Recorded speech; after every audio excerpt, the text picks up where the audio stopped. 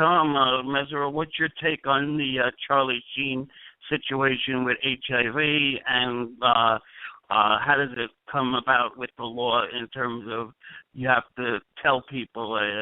Do you know about that? Well, to me, this is a great tragedy. I just think Right. it's a very sad chapter. Here was a tremendously gifted performer, a gifted actor. Everyone said he was gifted. The highest paid actor on television, making over $1 million an episode. He had enormous capacity to do good, to influence kids, to influence people in a positive, constructive way. And unfortunately, he self-destructed.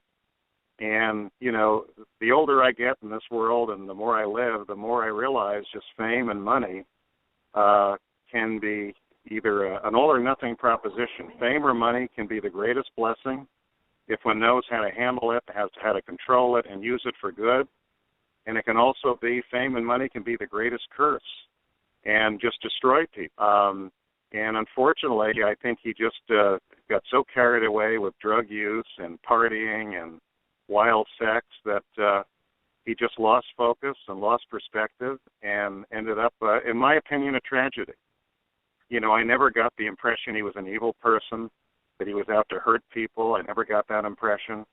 But unfortunately, this, great reputation he had as an actor, as a performer, the wealth he accumulated, which he could have used to do a lot of good in the world, may all be slipping away, because if he had sex with that many people, you can imagine there are going to be thousands of lawsuits filed against him in civil court.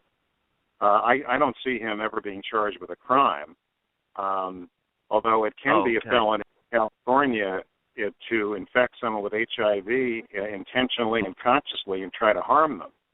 That is a felony in California, but I think the greater likelihood is that people will file civil suits claiming that he inflicted emotional distress on them, telling them by scaring the daylights out of them, by worrying their families, worrying themselves.